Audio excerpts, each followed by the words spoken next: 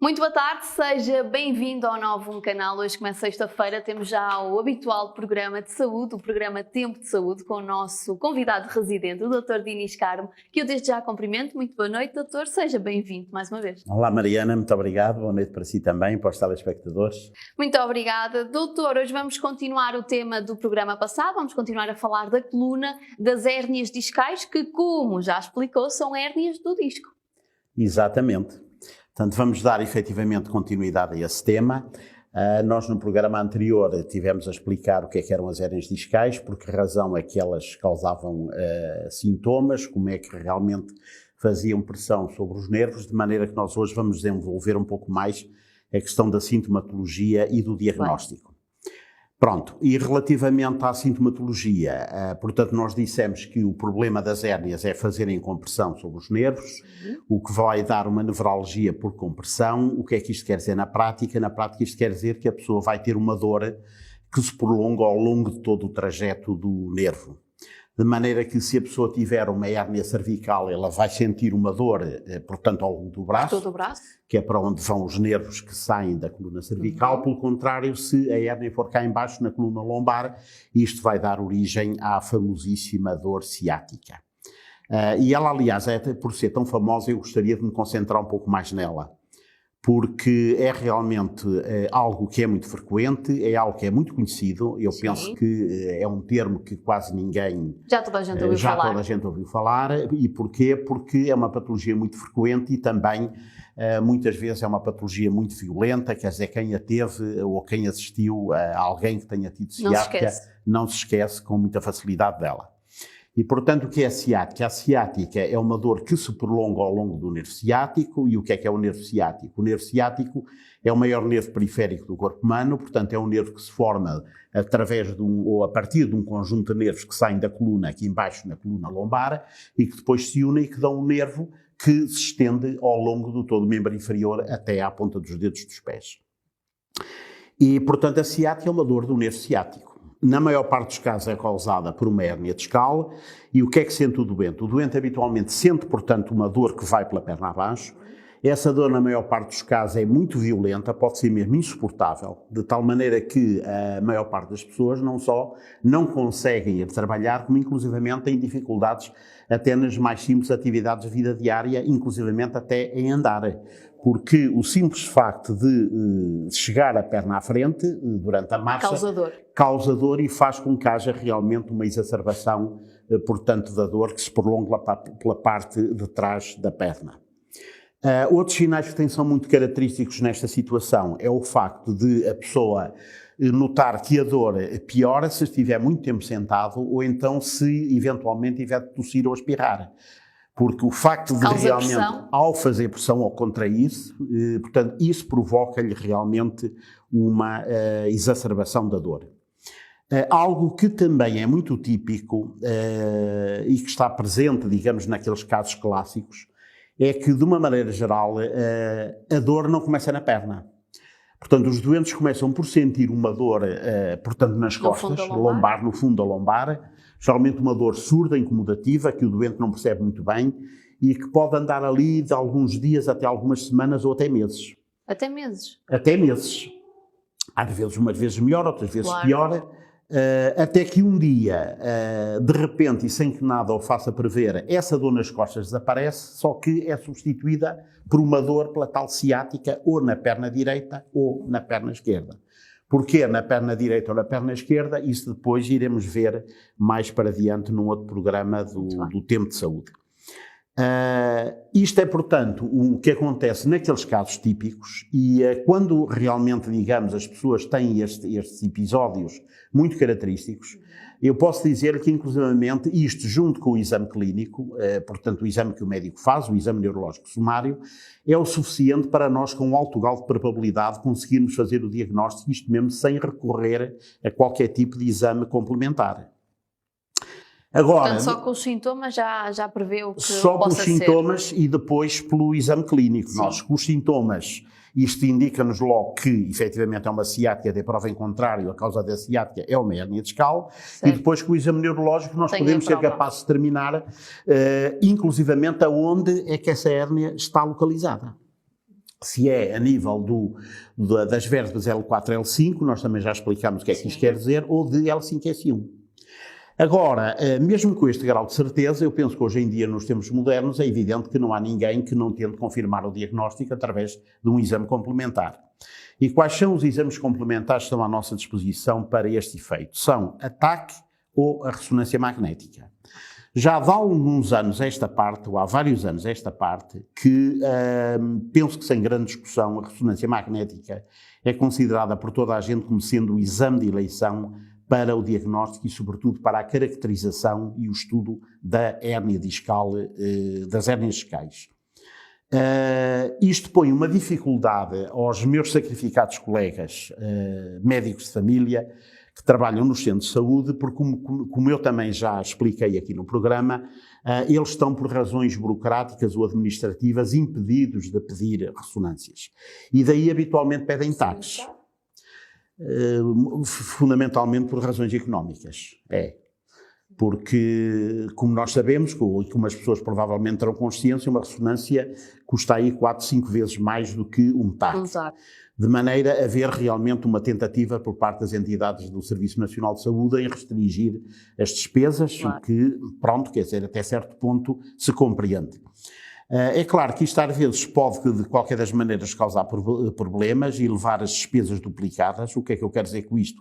É que a pessoa faz o TAC e às vezes depois tem de fazer a ressonância. Porque não tem logo o diagnóstico correto? Porque não, sim, ou porque o diagnóstico não está muito preciso. Porque repara, se for uma hérnia muito volumosa, e sobretudo se for uma hérnia lombar, habitualmente a TAC dá realmente uma imagem característica e que pode ser suficiente e que foi suficiente durante muito tempo, quer dizer, a TAC apareceu enquanto não havia ressonâncias magnéticas, não é? Portanto, eram TACs que se faziam e pronto. E resultava e resolvia-se o problema. Claro. Agora, realmente, quando se trata de hérnias da cervical, aqui o ataque realmente tem alguns problemas. Porquê? Porque, como as pessoas também penso que têm consciência, no ataque o que se faz é como se fossem cortes a nível transversal, naquilo que se chama o plano axial.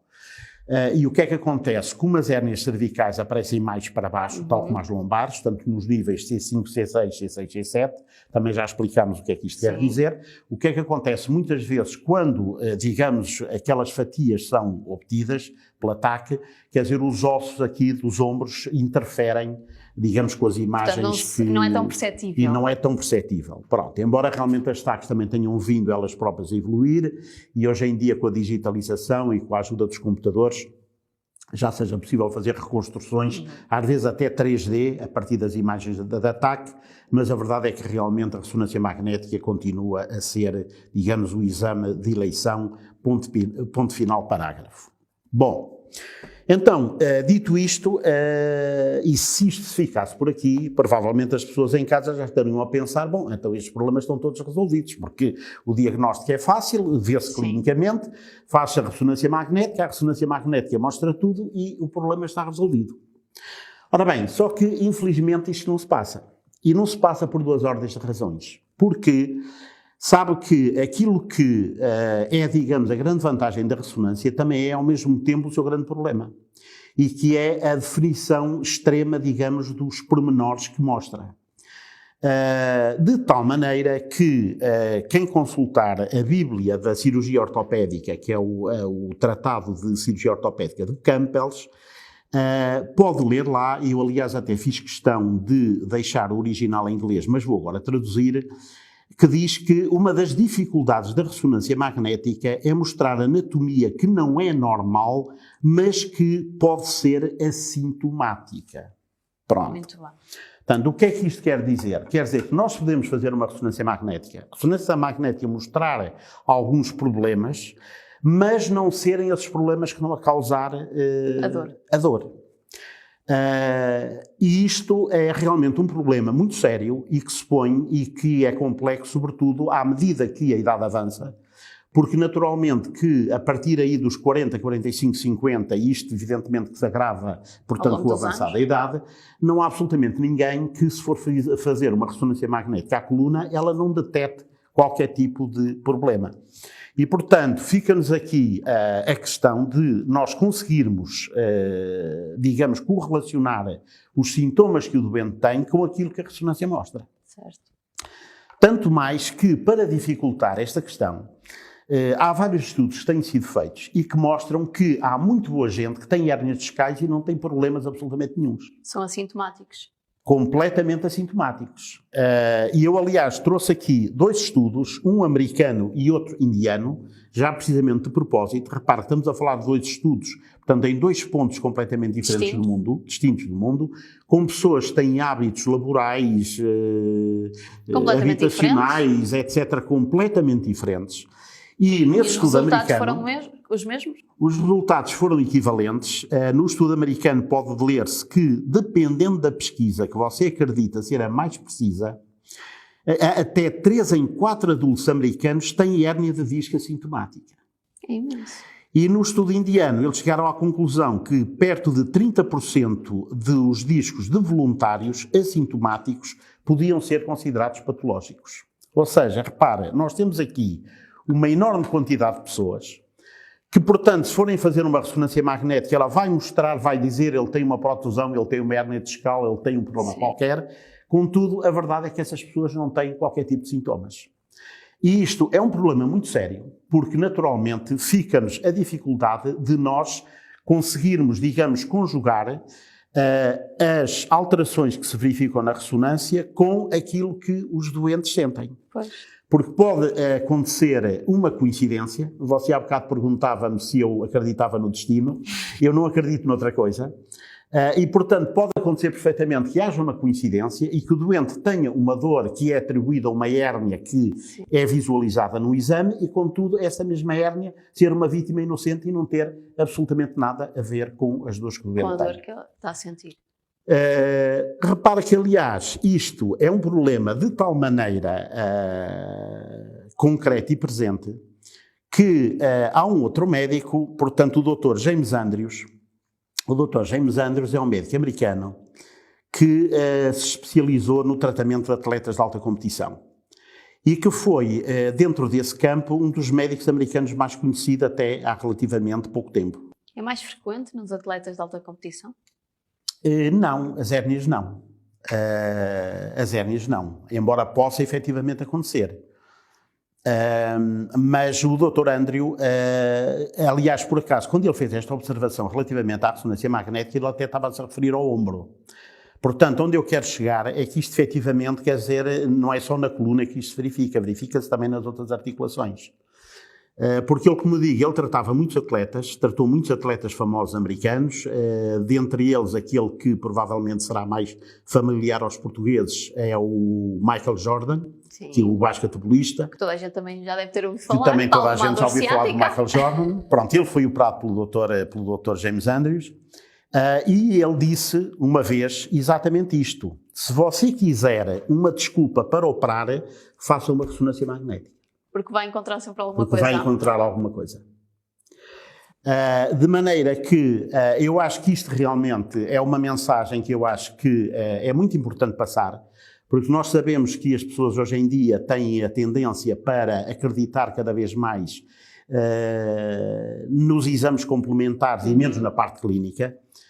E pior do que serem as pessoas a acreditar, eu aliás também já tive a atenção de chamar, já tive ocasião de chamar a atenção para esse pormenor aqui no programa, é que infelizmente parece que muitos profissionais de saúde também andam, digamos, a seguir este caminho. Sim.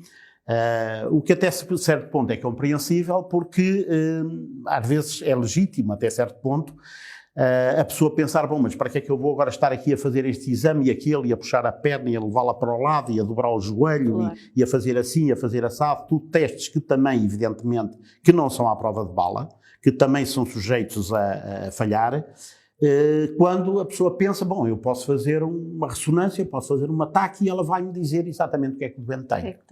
Ora, isto, como nós acabamos de ver, isto está muito longe de ser verdade. Como eu digo, é preciso que realmente os achados dos exames complementares de diagnóstico estejam em correspondência com aquilo que o doente sente, porque senão é evidente que o doente vai ser maltratado ou vai ser tratado a condições que não têm necessidade de ser tratadas. E, portanto, isto é algo que tem de estar muito presente e para o qual eu gostaria de chamar a atenção. A mensagem de levar para casa, como dizem os nossos amigos americanos, o take-home message, é que uma vez mais eu continuo e mantenho a opinião de que não há nada que substitua um bom exame clínico. Precisamente, e deixar aqui mais uma vez a ressalva, doutor, que como já falámos em programas anteriores, quem tiver possibilidade de comprar medicamentos de marca, não é? Quem tiver possibilidade de fazer exames que não sejam aqueles recomendados só pelo Serviço Nacional de Saúde, que os faça. Porque se tiver uma hérnia e tiver a possibilidade de fazer uma ressonância magnética e não for apenas o TAC que lhe é recomendado, se calhar temos aí a solução mais rápida. Pois, isso realmente é verdade, mas eu aconselhava as pessoas, em primeiro lugar, a tentarem procurar um bom médico, um médico realmente especializado no problema que eles têm. Pois, se calhar começa por aí a solução. Eu acho que é o mais importante, que as coisas começam por aí. Sabe que eu ainda sou do tempo em que se falava muito da experiência clínica, falava-se muito do olho clínico, que é uma coisa que não sei se ainda existe, mas a verdade é que a experiência olhar conta só muito. para a pessoa e saber o que é que ela tem. Exatamente. Doutor, última questão. Quanto à dor ciática, há idades em que seja mais provável elas aparecerem? Ora bem, elas podem aparecer em qualquer idade, até porque a causa pode ser diferente. Quando se trata de pessoas mais jovens, habitualmente são hérnias. Quando se trata de pessoas já de mais idade, a maior parte das vezes não são hérnias, é uma situação que, no fundo, o resultado funcional é o mesmo, mas que acaba por ser mais complexo do ponto de vista cirúrgico, e que são os chamados canais estreitos, ou seja, são aqueles canais que estão apertados, porque, entretanto, a pessoa faz os chamados bicos de papagaio, existe muitas vezes uma hipertrofia, ou seja, um desenvolvimento exagerado de alguns dos ligamentos que constituem, que fazem parte normal da coluna, e isso faz com que, portanto, o canal medular fique apertado. Portanto, quer o canal estreito, quer a hérnia discal podem dar a dor ciática. O pico, realmente, destes casos, anda na casa aí entre os 25 aos 45 anos. Uma larga escala. É uma escala larga. Portanto, será realmente rara ou muito pouco frequente, digamos, abaixo dos 17, 18 anos. Pode acontecer. Eu tenho, aliás, doentes operados e atletas e magros, portanto, com 18, 19, 20 anos. Lembro-me, inclusive, de uma doente que eu operei que tinha 17 anos, que era basquetebolista. Muito bem. E que teve um episódio agudo de dor ciática depois de ter, ou pelo menos aparentemente depois de ter tido, digamos, uma queda um pouco abrupta durante um jogo. Eu já agora, deixe-me acrescentar que eu por acaso mantenho contacto com essa jovem que neste momento já é avó e que ela continua realmente muito bem. Porque realmente tratava-se de uma hérnia discal, portanto, uma pessoa muito nova, que não tinha realmente alterações. Portanto, conseguiu-se resolver Conseguiu resolver a situação. Pronto. Como eu digo, quando são pessoas de mais idade, isso aí muitas vezes temos aí outros problemas associados, claro. E muitas vezes o caso pode-se complicar. E o caso pode-se complicar. Muito bem. Doutor, terminamos hoje o programa por aqui? Hoje terminamos por aqui. Muito obrigada pela sua presença. Estamos de volta para a semana e talvez para o último programa antes de uma pausa para férias.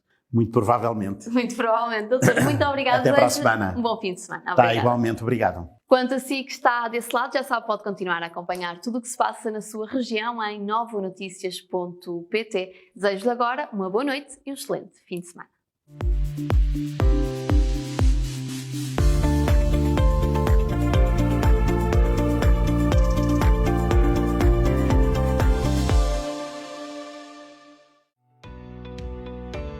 Novum Canal. Sempre Novum, sempre seu.